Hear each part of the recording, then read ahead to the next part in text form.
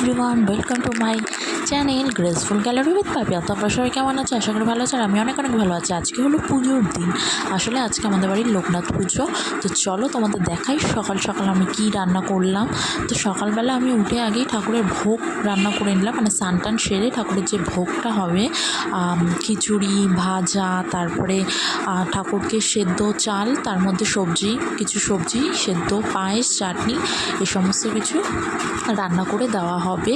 এটা হলো ঠাকুরের সকালের ভোগ দেওয়া হবে। তারপরে হলো ঠাকুর মশাই এসে আমাদের পুজোর ব্যবস্থা করবে। তো আমার এক এক করে ভাজা হয়ে গেছে, এদিকে খিচুড়ি বসানো, ওইদিকে পটল ভাজা ভাজছি।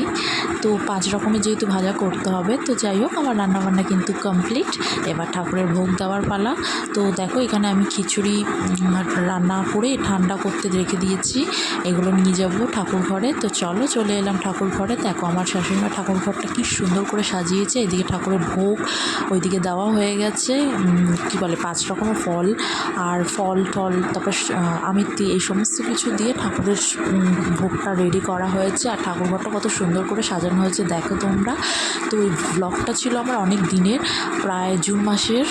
সেটা আমার মানে পোস্ট করতে করতে প্রায় 1 মাস লেগে গেল। আসলে না, আমার একটু ইউটিউবে মানে আমার চ্যানেলে একটু প্রবলেম হচ্ছিলো, যার জন্য আমার পোস্ট করতে দেরি হয়ে গেল। তো এদিকে দেখো আমরা রেডি হয়ে বসে আছি। রেডি বলতেই ওই স্নান টান করে যে জামাটা পরে নিয়েছি ওটা পরেই, মানে ধোয়া জামা কাপড় ওগুলো পরেই পুজোয় বসে গেছি। এরপর পুজো হয়ে গেলে আমরা গিয়ে রেডি হয়ে নেবো। তো এদিকে দেখো আমাদের ঠাকুরমশাই চলে এসেছে, পুজো করতে শুরু করে দিয়েছে।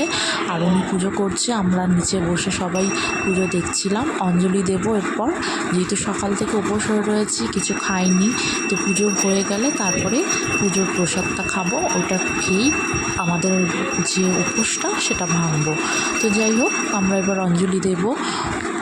তো আমাদের অঞ্জলি দেওয়া প্রায় শেষ হয়ে এসছে।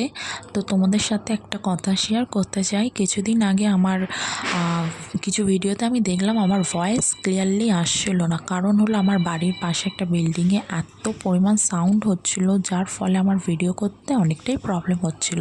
তো ঠাকুরমশাই যজ্ঞের কার্ড রেডি করে ফেলেছেন যজ্ঞ করবেন বলে। তো আমাদের বললেন যে সমস্ত কিছু রেডি করো। তো আমরা ঠাকুরমশাই কথা মতো সমস্ত কিছু রেডি করে দিয়েছি, আর উনি যজ্ঞ হতে শুরু করে দিলেন। তো আমাদের পুজো শেষ হয়ে গেলে আমি গিয়ে রেডি হয়ে নেব, যেহেতু লোকজন আসা শুরু হয়ে যাবে। তো পুজো হয়ে যাওয়ার পর আমি সারা বাড়িতে শান্তির জল ছিটিয়ে তারপরে চলে গেলাম রেডি হতে। তো আমি দেখো রেডি হয়ে নিয়েছি, সুন্দর দেখে একটা শাড়ি পরে নিয়েছি। কেমন লাগছে ঝটপট কমেন্ট করো কিন্তু।